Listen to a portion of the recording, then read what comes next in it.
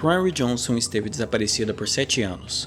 Agora ela está de volta, o que causa uma comoção social. Seus pais, Abel e Nancy, ficam evidentemente muito emocionados por terem sua filha de volta. Mas é óbvio que Prairie não voltaria a ser uma mulher normal. Ela tem que lidar com a especulação do público e da mídia, além da curiosidade dos próprios pais, que queriam saber o que aconteceu com ela. Ainda assim, Prairie não disse a ninguém exatamente o que lhe aconteceu, e parecia ter uma boa razão para isso, afinal ela tinha passado por um enorme trauma. De todo jeito, fica claro que a protagonista tinha uma perspectiva bem única a respeito do que lhe aconteceu. Para ela, a coisa não tinha chegado ao seu fim. Aquilo era só o começo. E ela está à procura de alguém, um homem chamado Homer. Só que Prairie estava de certa forma ainda presa. Ela ficou 7 anos num cativeiro, mas ainda estava numa prisão. Isso porque as autoridades, junto dos médicos e as pessoas ao redor dela, tentavam controlar o que ela podia fazer ou não. Prairie não pode andar sozinha, não tem acesso à internet ou telefone, porque se entendia que isso era o tratamento adequado para ela. As pessoas queriam ir introduzindo Prairie na sociedade da forma menos traumática possível. Ela tinha passado por algo terrível e, portanto, precisaria de um cuidado diferenciado. Só que por mais que exista um interesse das pessoas em ajudar a protagonista e evitar que ela sofra mais, fica claro que isso acaba sufocando ela. Prairie, à procura desse tal Homer, comete algumas atitudes que a torna mais próxima de alguns jovens e uma mulher mais velha. Os jovens são Steve Winchell, que é um cara meio problemático, Buck, é um garoto trans, o que evidentemente torna a adolescência dele algo difícil. Jesse tinha perdido seus pais e carregava os traumas dessa perda. Alfonso, por sua vez, era alguém que sonhava em ter uma vida melhor, mas tinha uma mãe bem problemática.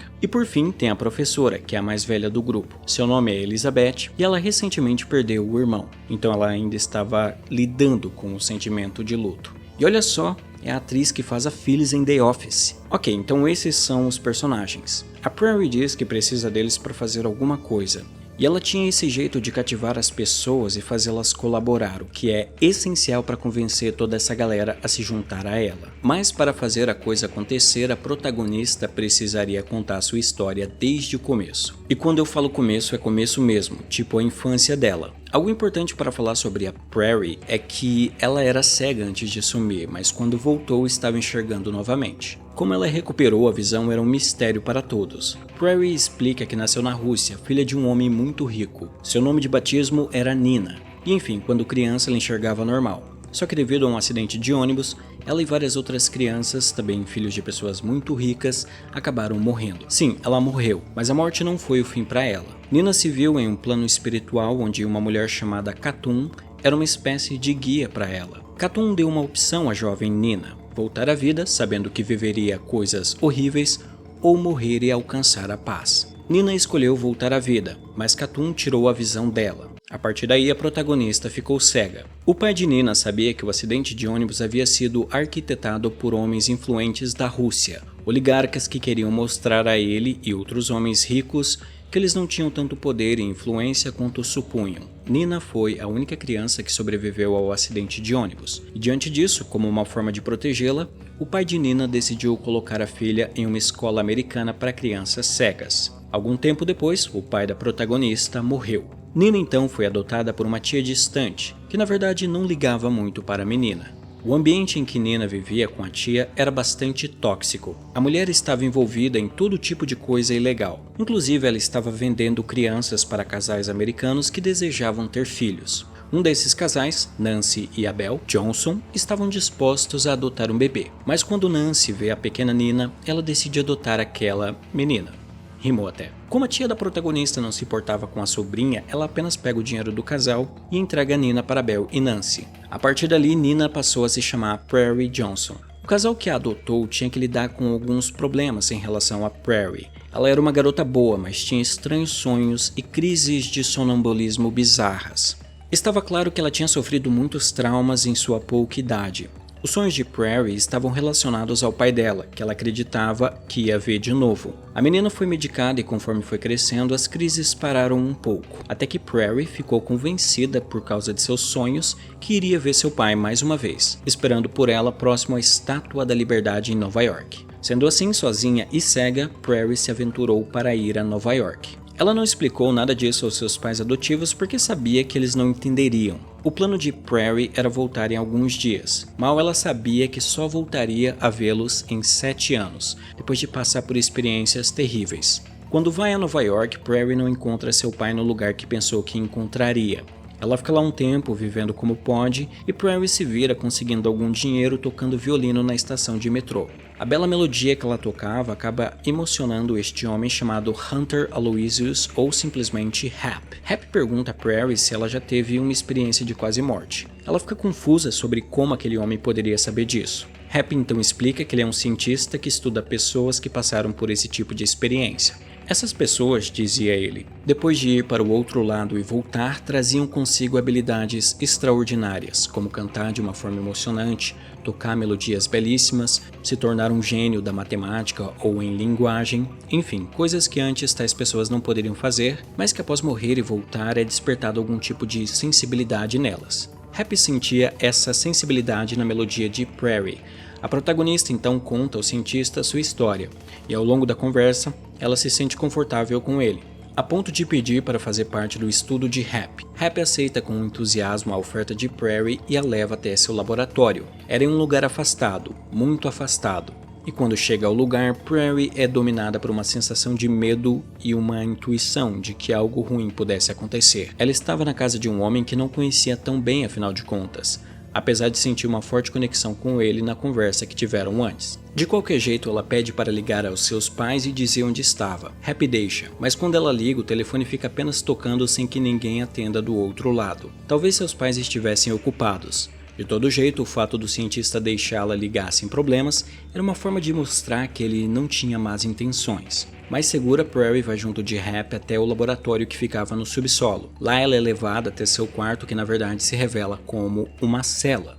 Se ao menos ela pudesse ver, poderia ter tentado lutar. Quando ela percebe que tinha se tornado prisioneira, é tarde demais. Junto de Prairie estavam outras 3 pessoas. Rachel, que era a mais sem personalidade do rolê, ela é uma cantora e eu acho que é tudo que posso falar sobre ela. O outro é Scott, que é o mais babaca. Ele tá sempre de mau humor e é grosseiro com todo mundo. Por fim tem o Homer. Ele era um jogador de futebol que aceitou fazer parte do experimento de Hap, esperando ganhar uma grana para ajudar a esposa dele, que acabara de ter o primeiro filho do casal.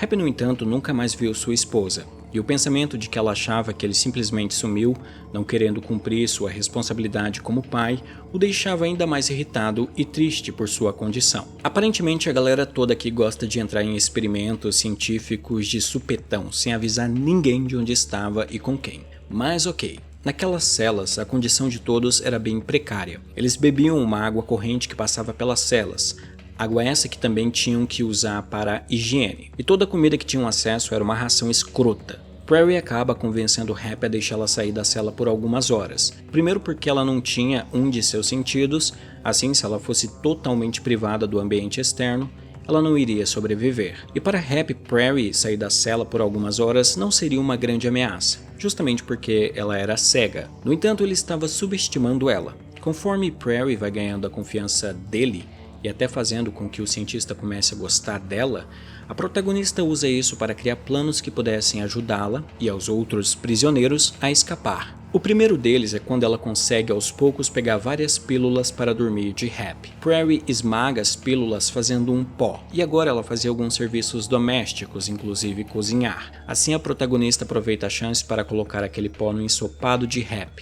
Só que quando Hap come a comida, ele começa a ter uma reação alérgica, porque Prairie tinha colocado o tomate no ensopado. O cientista tem uma forte reação alérgica pelo tomate e começa a sufocar. Para a protagonista, aquilo não foi o que ela planejou, mas era tão bom quanto. Seria uma chance para ele escapar. Só que Hap diz que se ele morresse, os outros iriam morrer de fome, já que Prairie não sabia o código da porta que dava acesso ao laboratório.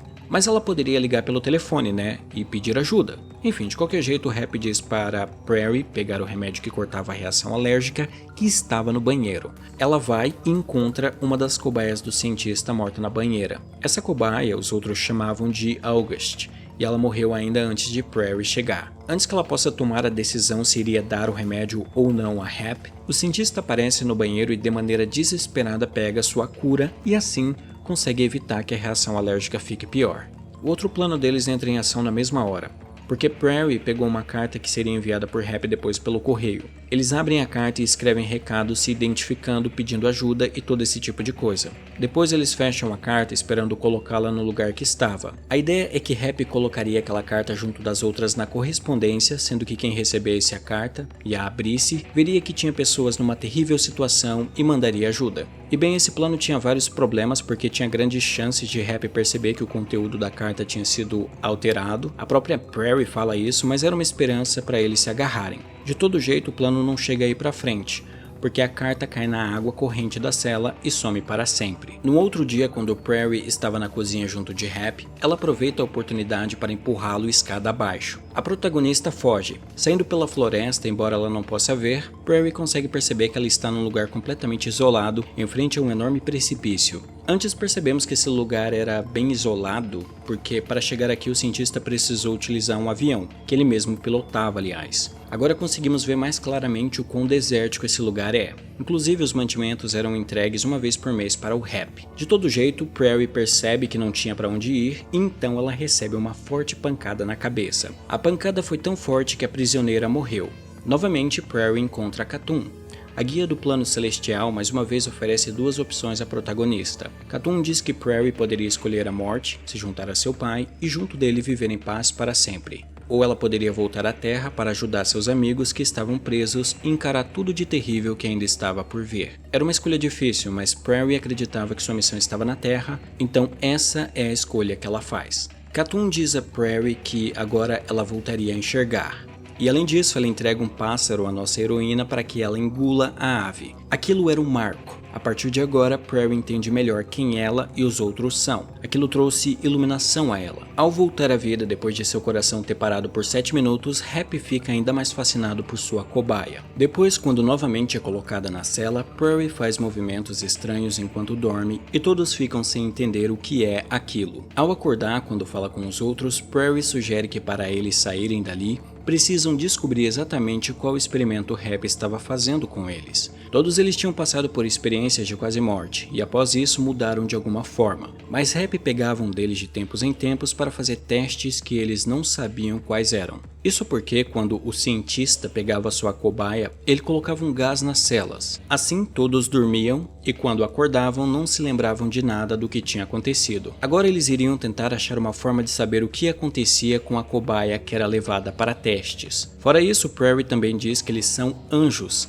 e que ela tinha recuperado sua visão após voltar da morte pela segunda vez. Todos ficam espantados com o fato dela ter recuperado a visão, mas também acham uma maluquice completa ela dizer que eram anjos. Inclusive a Prairie se chama de OA, que é o nome da série, evidentemente. Descobrimos depois que esse OA é de Original Angel, ou o anjo original. Eu já mencionei antes que a Prairie tinha esse jeito de cativar as pessoas, assim ela consegue convencer os outros a participarem de seu plano. Nem todos aceitam de imediato, por exemplo o Scott, mas no final até ele acaba ajudando. O plano seria o seguinte: todos iriam inalar todo o gás para que um deles, no caso o Homer, não fosse sujeito aos efeitos do gás. Isso faria com que Homer, ao ser levado por Happy, permanecesse consciente e conseguisse saber que experimento Happy estava fazendo com eles. Eles acabam descobrindo que aquele gás na verdade os tornava cobaias obedientes que ficavam em um estado de semi-vigília, o que era perfeito para Happy. Ele conseguia fazer a cobaia colaborar durante o experimento sem que a pessoa se lembrasse do que tinha acontecido.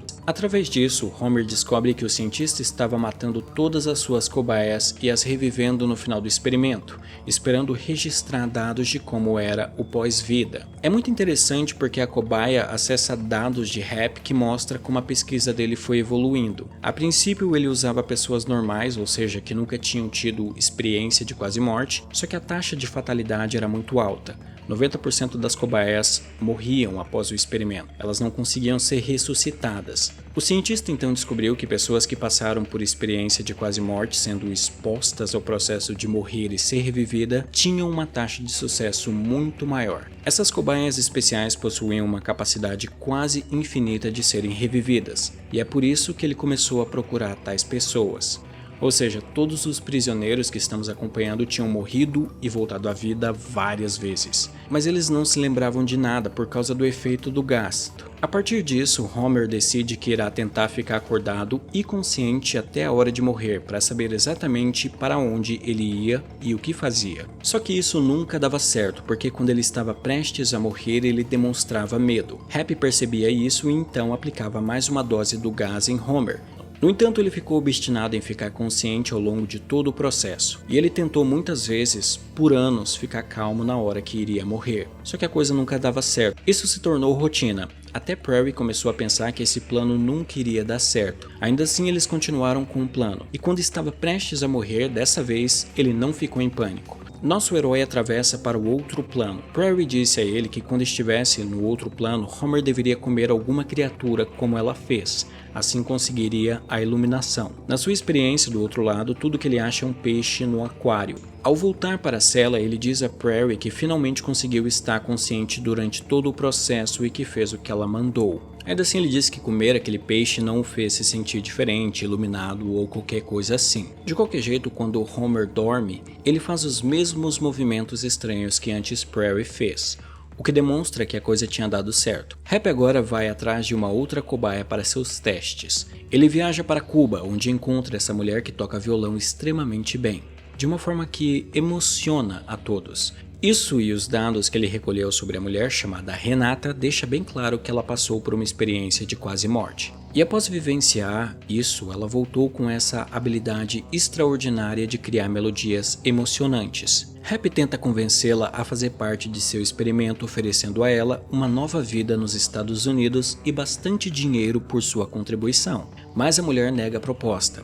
No entanto, o cientista percebeu que Renata gostava de homens jovens, assim ele criou um plano. Enquanto isso, na cela, Prairie e Homer dizem que, em suas experiências do outro lado, eles viram movimentos como passos de dança. Eles sentiam que isso era importante, então os dois começam a praticar os movimentos, tentando se lembrar exatamente como eles eram. A protagonista acreditava que se executasse aqueles movimentos perfeitamente, iriam conseguir criar uma saída para fora dali, como um portal para uma outra dimensão. Scott não acreditava nisso, ele achava que era maluquice completa. Ao voltar para sua casa, Happy é visitado por um policial que morava na cidade que ficava não muito longe da propriedade de Happy. Isto é, entendemos que, apesar de estar num lugar afastado, havia uma cidade em algum lugar e tinha pessoas que conheciam o Happy. Inclusive esse policial, que sabe que Happy é médico e portanto faz uma pergunta a ele. A pergunta tinha a ver com a esposa do policial, que tinha uma doença rara, que a deixava em um estado vegetativo. A mulher sofria muito e o policial pergunta se havia algum novo tratamento que Happy pudesse ter ouvido falar. Mas Happy diz que não tinha muito o que ser feito no caso da esposa do policial.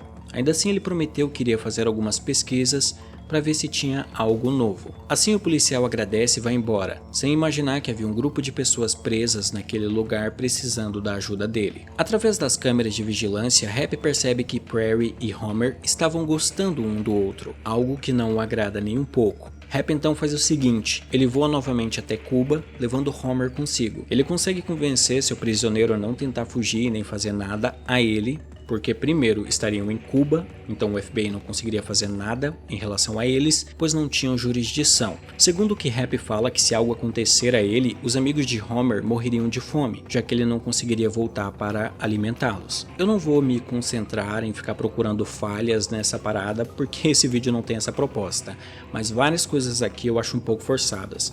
Por exemplo, o fato do Homer não ter atacado o Happy antes quando estava consciente durante os experimentos, sabe? Tipo, ele podia ter atacado o maluco naquela hora e pronto, fim da treta. Enfim, o que acontece é o seguinte, Homer é coagido a seduzir Renata, para que Happy consiga sequestrá-la. No fim das contas, Homer acaba transando com a mulher e o som deles fazendo sexo é colocado na cela onde Prairie e os outros estavam. Era uma forma dele destruir a união entre suas cobaias. Prairie fica evidentemente muito triste em ver que o homem de quem estava gostando tinha lhe traído, e todos eles passam a questionar se seriam anjos de fato, porque afinal de contas, se fossem anjos, deveriam ser capazes de resistir a instintos tão mundanos. Seja como for, o plano do cientista deu certo. Ele sequestrou Renata e levou ela até a cela junto dos outros. Todos estavam com a moral baixa, sentindo como se tivessem sido derrotados, sentindo como se não houvesse esperança. A partir daí, Scott passa a ser a próxima cobaia de Happy nos experimentos, mas ele fica com muito medo, pois já estava doente,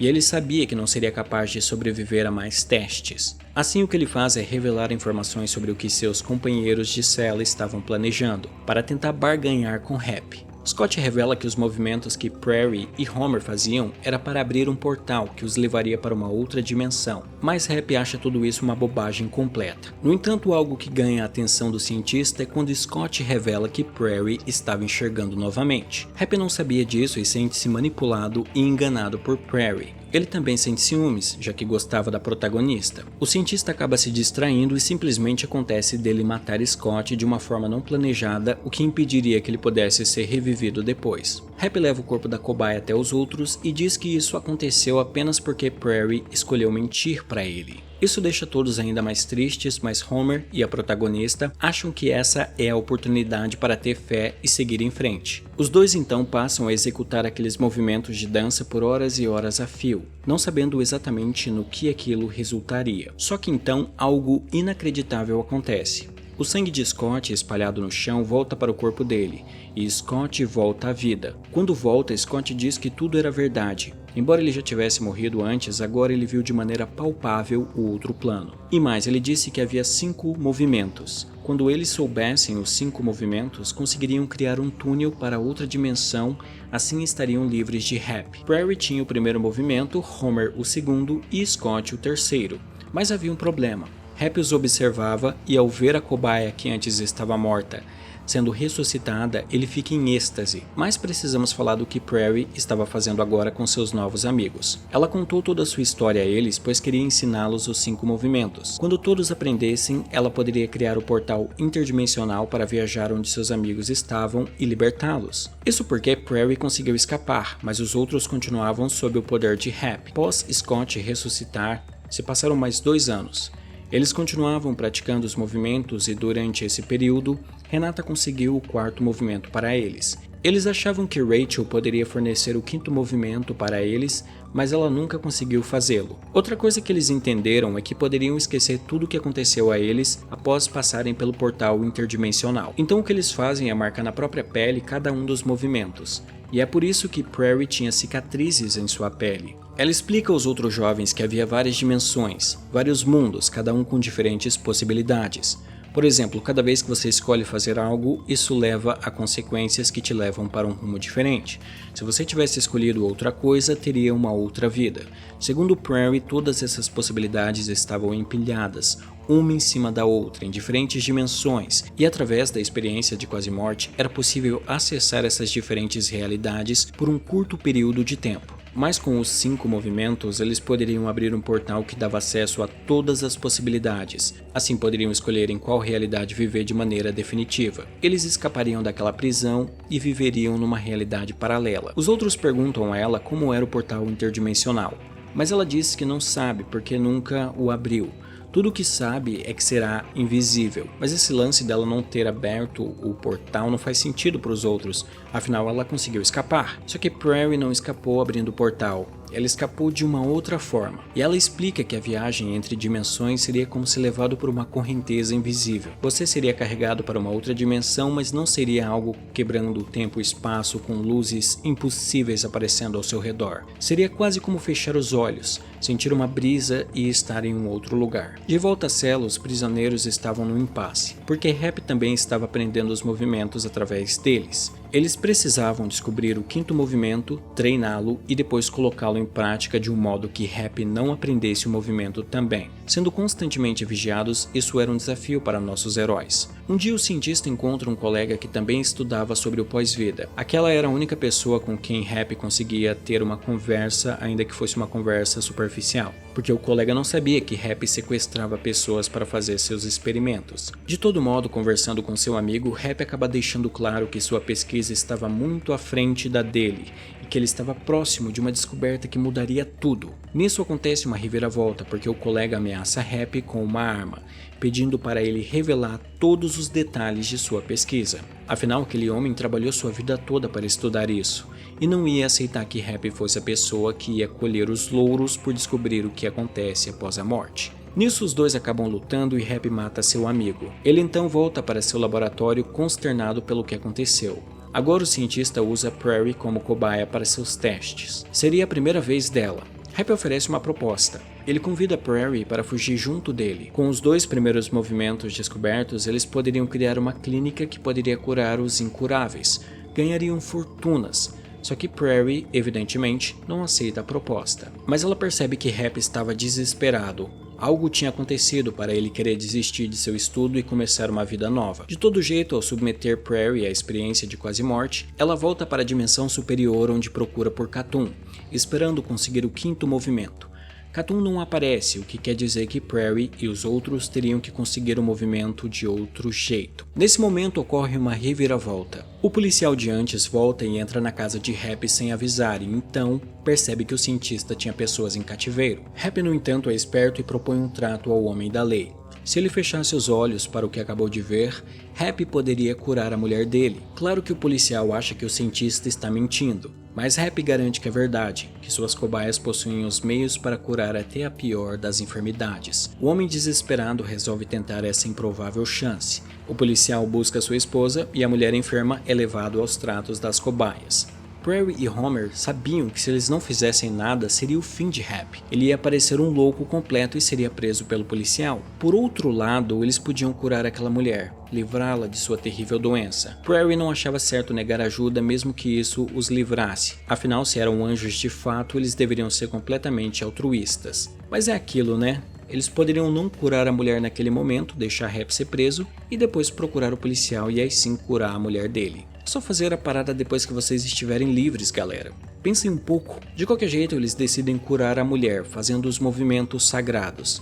E de fato isso acontece. Quando a mulher volta a se mexer e a falar, ela diz que quando pequena, um anjo apareceu para ela e disse que ela encontraria 2 anjos que precisariam de sua ajuda no futuro. Acontece que aquela mulher aprendeu em sua infância o 5º movimento. Assim, ela o ensinaria a Prairie e Homer. O policial fica em completa euforia ao ver sua mulher se mexendo novamente e corre para lá num estupor, deixando sua arma para trás. Lógico que isso acaba dando merda. Happy pega a arma e mata o policial e sua esposa. Ele viu o 5º movimento pela câmera, então ele decide que não precisa mais de Prairie. Fora que ele ficou enciumado ao ver Prairie e Homer juntos. Algo que só aconteceu hoje. Após anos juntos, é a primeira vez que os dois finalmente tocam um ao outro. De todo jeito, o Happy faz o seguinte, ele solta Prairie em um lugar deserto dizendo que agora que tinha os 5 movimentos e as outras cobaias, ele poderia, junto dos outros, fazer os 5 movimentos para abrir o portal para uma outra dimensão. Foi assim que Prairie acabou voltando para casa. Happy a deixou ir, seguro de que ela não mais importava, pois ele já tinha os meios para ir a uma outra dimensão. Agora havia chegado o momento da protagonista, com a ajuda de seus novos amigos, abrir o portal para que Prairie se encontrasse com Homer e os outros novamente. Só que neste momento, os pais dos jovens aparecem no lugar onde Prairie e os outros se reuniam. Eles não gostavam da ideia dessa mulher traumatizada se encontrando com seus filhos e proíbem que isso volte a acontecer. Na mídia, a história de Prairie se encontrando com jovens ganha repercussão. Havia essa narrativa de que ela se aproveitava dos adolescentes. Apesar de que havia Elizabeth, uma professora que era bem mais velha do que todos ali. Mas sabe como é, nessas horas isso não importa, porque sempre tem o sensacionalismo. A verdade é que muitas pessoas achavam que Prairie tinha problemas mentais, que talvez fosse resultado de seus traumas. Enfim, isso fazia com que muitos tivessem receio de se aproximar dela ou de deixar seus entes queridos se aproximarem. Por causa dessa confusão, o grupo tem que se separar. Os jovens seguem sua vida, sendo que uma amizade entre eles se formou depois dos encontros. Uma amizade improvável, já que eles eram bem diferentes entre si, mas ainda assim fica claro que Prairie os unia e isso acabou sendo bom para eles. Após todo o assédio da imprensa e dos populares, Prairie e seus pais têm que se mudar. Só que um dos jovens, o Afonso, acaba entrando na casa dos Johnson e ele encontra alguns livros nas coisas de Prairie, o que faz com que ele se questione se tudo o que ela contou a eles era verdade ou não. Um dos livros era a Ilíada de Homero, que em inglês é Homer. o nome do homem por quem a protagonista disse ter se apaixonado. Havia outros livros sobre anjos, um sobre experiências de quase morte e outro sobre oligarcas. Aquele sobre oligarcas poderia ter a ver com os homens poderosos da Rússia que mataram o pai dela. Ou seja, para eles parecia que ela criou toda essa narrativa após ser exposta a esses conceitos. Uma mulher traumatizada criou esse mundo de fantasia para lidar com tudo de terrível que lhe aconteceu. Essa possibilidade deixa todos eles tristes, porque afinal de contas, eles acreditaram nela. Eles achavam que eram especiais, que ajudariam pessoas, como Prairie os prometeu. E acima de tudo, os 5 movimentos que aprenderam, pensaram que serviria para abrir uma outra dimensão. Era algo tão bonito de se acreditar que não podiam evitar a decepção em perceber que tudo aquilo era falso. Prairie é colocada em prisão domiciliar e acaba sendo tratada de maneira mais intensiva. Ela tinha uns sonhos há tempos que vinham lhe incomodando. Ela sabia que os sonhos eram avisos de algo que estava prestes a acontecer, mas ela não sabia direito o que. Até que um dia tudo fica claro para ela. Na escola os outros viviam normalmente. De repente aparece um atirador, o que cria um enorme pânico em todos. Prairie corre rumo à escola e os alunos temem por suas vidas. O grupo de amigos de Prairie se olham entre si e sentem algo, uma sensação indescritível. Sem saber direito o que estavam fazendo, eles apenas começam a agir, executando em sincronia os 5 movimentos, enquanto o atirador apenas olha sem entender aquilo. Se eu estivesse nesse lugar eu ficaria muito confuso. Eu ficaria tipo, caraca, eu pensei que estava acontecendo um massacre, mas é um flash mob. Na boa, eu acho que eu prefiro massacre. E sim, os movimentos são bem ridículos. No meio disso tudo, o atirador foi imobilizado e vemos Prairie na janela da escola quando os 5 movimentos tinham cessado. Ela tomou um tiro e fica essa dúvida se algo mudou de fato ou não. Ela disse que a troca de dimensão seria algo invisível. Será então que eles fizeram a viagem e sequer notaram? Ou a Prairie era louca o tempo todo e tudo que ela contou era só uma invenção da cabeça dela? Toda a narrativa dela poderia ser inventada afinal de contas. Nós não temos nenhuma prova se o que ela disse era verdade. A coisa mais extraordinária que todos conseguem atestar em relação a ela é o fato de Prairie ser cega antes de sumir e voltar tendo sua visão normal. Mas será que ela não enxergava antes por um lance psicológico? Bom, não dá pra saber, pelo menos por enquanto, porque assim encerra a primeira temporada. Tem uma segunda e eu vi que a série foi cancelada após a segunda parte. Não sei se teremos todas as respostas, mas quem sabe eu trago a segunda parte aqui no canal. Depende exclusivamente de vocês curtirem, comentarem e esse tipo de coisa. O vídeo teve 30 minutos, isso dá um enorme trabalho, então eu peço a sua colaboração nesse sentido, beleza? Bom, por este vídeo é isso, nos vemos no próximo e tchau!